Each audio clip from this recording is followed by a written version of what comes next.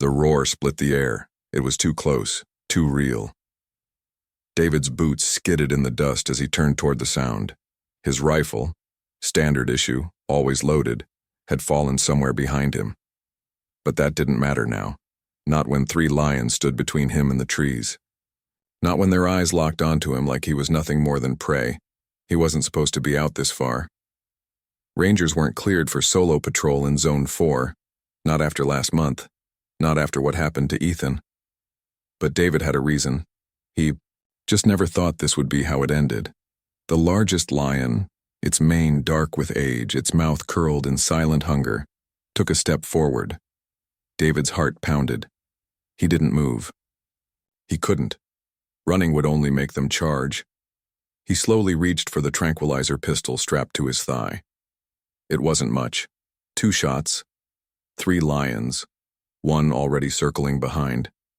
Another roar, closer this time. The kind of sound that sinks into your chest and steals your breath. He was going to die here, and then a small voice cut through the air. "Stop!" David's eyes widened. From the edge of the trees, stepping out into the open with nothing but a pink backpack and a trembling voice, came a little girl. Her name was Ava, 7 years old, hair in messy braids, too thin for her age, and lost, terrifyingly lost. No child should have been anywhere near this part of the reserve. But here she was, standing barefoot in the dirt, staring down 3 lions like she didn't know they could tear her apart in seconds. David's breath caught in his throat. One of the lions turned. The big one, the male, looked at her confused, as if she didn't belong in its world of instinct and hunger. Ava stepped closer. "Don't hurt him," she said again. Her voice cracked, but her eyes didn't leave the lions. David wanted to shout, to scream for her to run, but one sudden movement, and the lions would strike. Instead, he locked eyes with the child, pleading silently. She looked at him and smiled.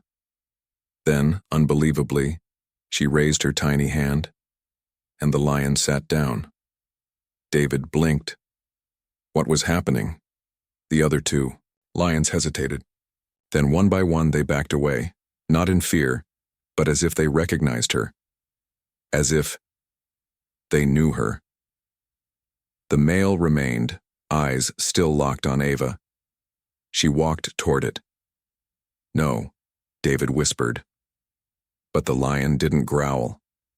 It lowered its head, almost touching the ground, and Ava. She knelt beside it, placed a hand on its mane, and hugged it. The miracle wasn't just that the lions spared him. It was that they had obeyed her. Back at the ranger station, no one believed him. How could they? A child had calmed a pride of wild lions, not with fear, not with training, but with something deeper, something no one could explain. David sat in the office, bruised and stunned, staring at the footage from his body cam. She really had been there. He'd carried her back unconscious from exhaustion. Ava hadn't spoken since, not even when the paramedics took her in. Her name had been found stitched inside the backpack. No parents listed in the area, no reports of a missing child. She had appeared out of nowhere and vanished into silence. The next day, David returned to Zone 4. He wasn't supposed to, but he had to understand. He followed the trail back to the place he'd nearly died. The dust still held the print of lion paws, but Ava's footprints were gone. He wandered deeper until he reached the old fence line, the one no one used anymore. And there, under the broken wooden post, was something that froze him cold. A weathered photo, half buried in dirt. A woman, smiling, holding a child. And standing beside her, unmistakable even after years, was the lion with the dark mane. The mystery unraveled slowly, piece by piece. 10 years ago, a researcher named Dr. Lillian Hart had worked in this reserve. Known for her radical ideas, that lions could recognize and bond with humans, that they could remember kindness across years, she vanished during a field mission. Everyone assumed she died. Her baby girl had been with her, Ava. David's hands trembled as he stared at the photo. Had Ava survived?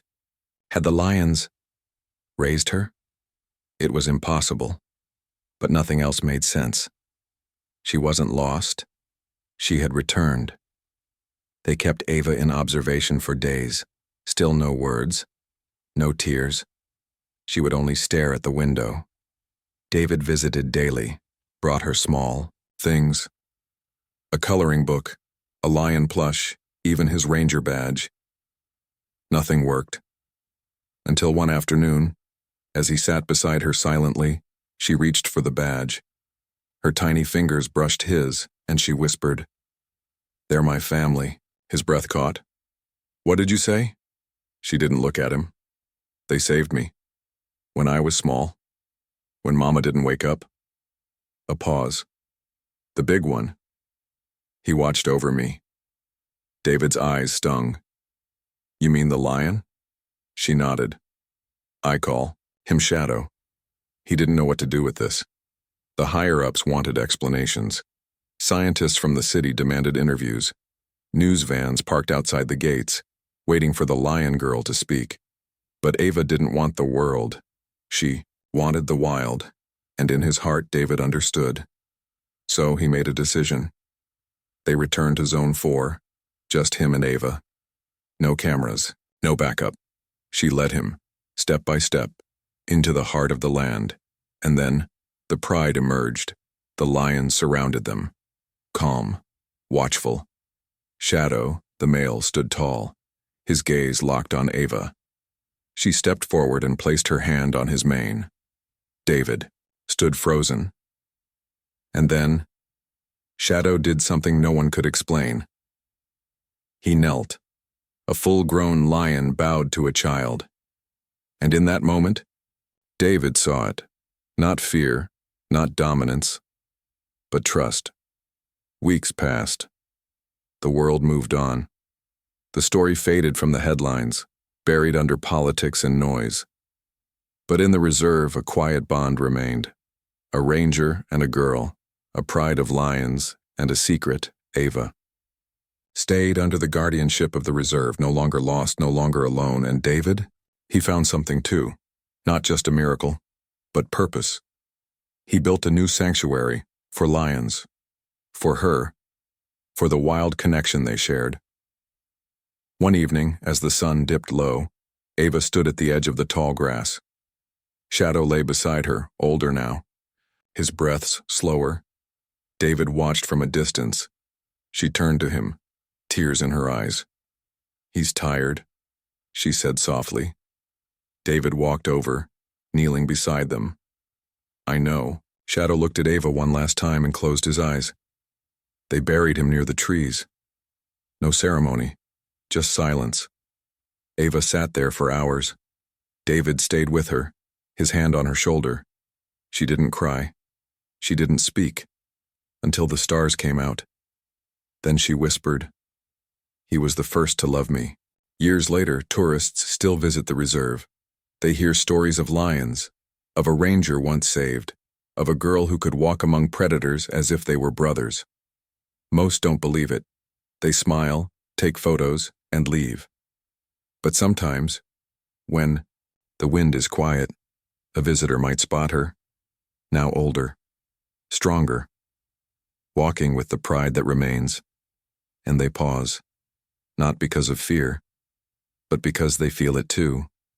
Something ancient, something beautiful, the bond that saved a man, the girl who changed everything, and the miracle that lived in the wild.